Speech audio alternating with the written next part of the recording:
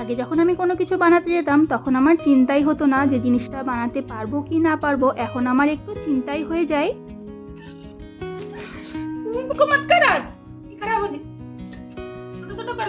Hello Riyan, good morning. কেমন আছো তোমরা সবাই? আশা করছি অনেক অনেক ভালো আছো। তো দেখো, শীত তো চলে গেছে। আজকে আমি পিঠে বানাচ্ছি। তো এখানে দেখো চালটা গুঁড়ো করে নিয়েছি পিঠে বানাচ্ছি এর জন্য, কারণ আমি কলকাতায় গেছিলাম। তো তখন একটু গুড় এনেছিলাম, খেজুরের গুড়। খেজুরের গুড় তো অনেক বছর খাওয়া হয় না, তো এবারে শীতের সময় বাড়িতে গেছিলাম, তো একটুখানি পিঠে খাওয়ার জন্য খেজুরের গুড় এনেছিলাম। তো খেজুরের গুড় আনার পরে মানে কলকাতা থেকে বাড়ি আসার পরে দুই মেয়েই হোস্টেলে চলে গেল।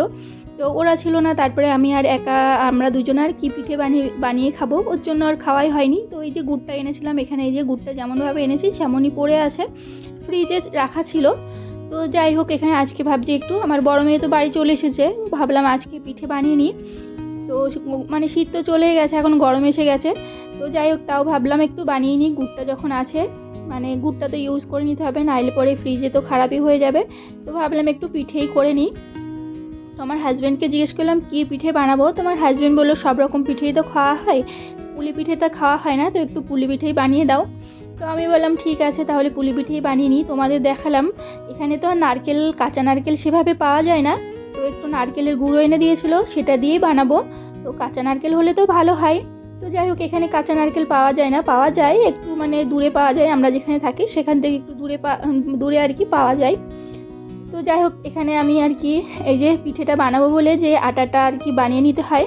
তো গরম জল ভালো করে ফুটে গেলে পরে তারপরে এই যে আমি আটাটা দিয়ে দিয়েছি, চালের গুঁড়োটা অল্প অল্প করে।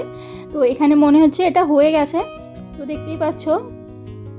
তো যাই হোক, আগে তো কোনো কিছু বানাতে গেলে পরে আমার তেমন একটা চিন্তা হতো না, কারণ মা ছিল, মার কাছে সব কিছু ফোন করে করে জিজ্ঞেস করে নিতাম। যদি কিছু একটু উল্টো পাল্টা হয়ে যেত, মাও বলে দিত এটা এইভাবে ঠিক হয়ে যাবে। তো যাই হোক, এখন মা নেই বলে একটু চিন্তা হচ্ছিল যে কিভাবে বানাবো, কেমনভাবে বানাবো। তো যাই হোক, আমি অনেক বছর আগে একবার বানিয়েছিলাম, একটু একটু করে মনে ছিল, সেইভাবেই বানিয়ে নিচ্ছি।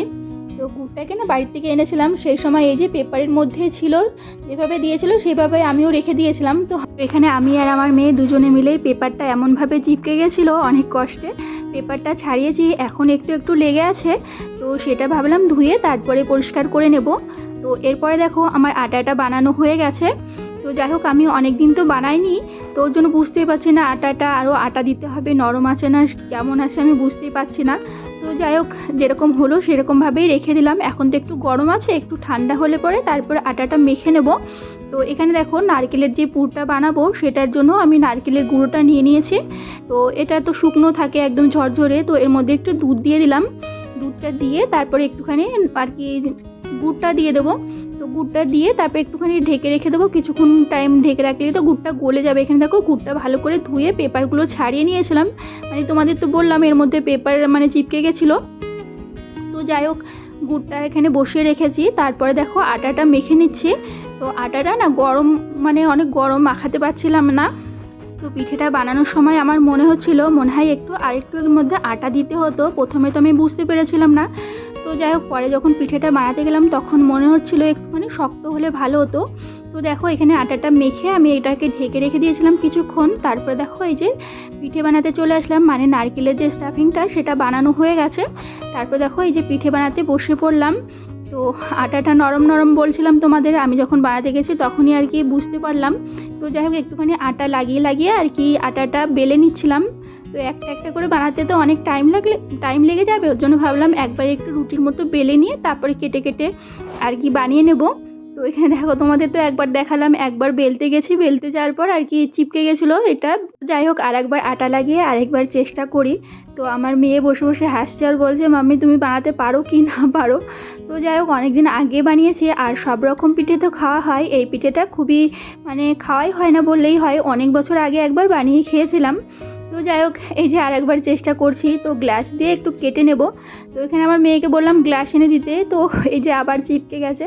তো আমার মেয়ে গ্লাস এনে দিল, তো গ্লাসটাও মানে গ্লাসের মুখটা না একটু ছোট, তো এই যে গ্লাস দিয়ে কেটে নিচ্ছিলাম। আর এইটুকু ছোট ছোট সাইজ হয়েছে, এর মধ্যে আর নারকেলের যে পুরটা আছে সেটা ভরতে গিয়ে একটু জায়গাই হচ্ছিল না। তো এখানে দেখো এই যে ছোট সাইজ হয়ে গেছে, তো এই যে ফেটে যাচ্ছিলো বানাতে গিয়ে।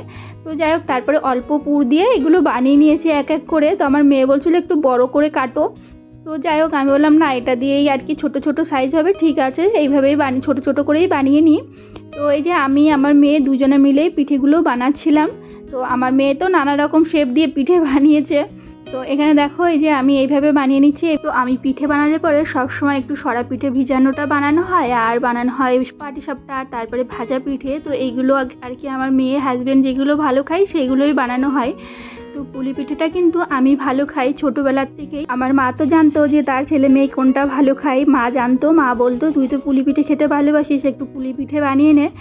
তো যাই হোক মা নেই এখন, আর তো বলারও লোক নেই যে আমি কোনটা ভালো খাই না খাই। তো মাই জানে একমাত্র আমার ছেলে মেয়ে কোনটা ভালো খায়। আমি যেমন আমার ছেলে মেয়ের জন্য এটা ভালো খাই সেটা বানিয়ে দিই। তো যাই হোক মায়েরা এমনই হয়। তো এরপরে দেখো আমার পিঠে বানানো হয়ে গেছে, আর অল্প কটা দেখো একটুখানি আটা দিয়ে চুষি পিঠে বানিয়ে নিয়েছি। তো এখানে দেখতেই পাচ্ছ ব্যাক ক্যামেরা করে তোমাদের দেখালাম আমার মেয়ে কত রকম পিঠে বানিয়ে নিয়েছে। তো এরপর দেখো দুধটা জাল হয়ে গেছে, এবার আমি পিঠেগুলো দিয়ে দিচ্ছিলাম। আমার একটু একটু ভয়ও লাগছিলো পিঠেগুলো দুধের মধ্যে দিলে পরে খুলে না যায়। তো যাই হোক খোলেনি পিঠেগুলো, একটাও আর কি খোলেনি, একটু ভেঙে ঠেঙে গেছিলো। তো এরপর দেখো এই যে চুষি পিঠেগুলোও দিয়ে দিলাম। তো দেওয়ার পরে আরও কিছু বাকি ছিল সেগুলো দিয়ে দিচ্ছি। তো অল্প কটা রেখে দিয়েছিলাম, ভাবছিলাম মনে হচ্ছিলো একটু দুধের মধ্যে কম না হয়ে যায় দুধটা আর কি। তো এরপর দেখো এই যে পিঠেগুলো, এই যে চুষিগুলোই একটু ভেঙে গেছে। আর কি বলো তো, চালের গুঁড়ো যখন করেছিলাম চালের গুঁড়োটা একটু বারিক করতে হতো, আরও একটু চেলে নিয়ে একটু গুঁড়ো বেশি হতে হতো। চালের গুঁড়োটা একটু মোটা মোটা হয়ে গেছিলো, ওর জন্য মনে হয় পিঠেগুলো আমার মনে ছিল। তোমরা আমাকে কমেন্ট করে বলো যে পিঠেগুলো কেন এরকম হলো, একটু ভেঙে ভেঙে কেন গেল। তো যাই হোক যেটা বানিয়েছিলাম একদম খারাপ হয়নি, ভালোই হয়েছিল। এখন তো গরম পড়ে গেছে, পিঠে তো আর বাইরে রাখা যাবে না, ফ্রিজের মধ্যে রেখে দিয়েছিলাম। তারপরে দেখো ঠান্ডা হওয়ার পর তো পিঠেটা খেতে একদম খারাপ হয়নি, ভালোই হয়েছিল। তো চলো আমার ভিডিওটা এখানেই শেষ করছি, নেক্সট ভিডিওতে আবার দেখা হবে। তোমরা ভালো থেকো, সুস্থ থেকো। ভিডিওটা ভালো লাগলে প্লিজ একটা লাইক করে দিও।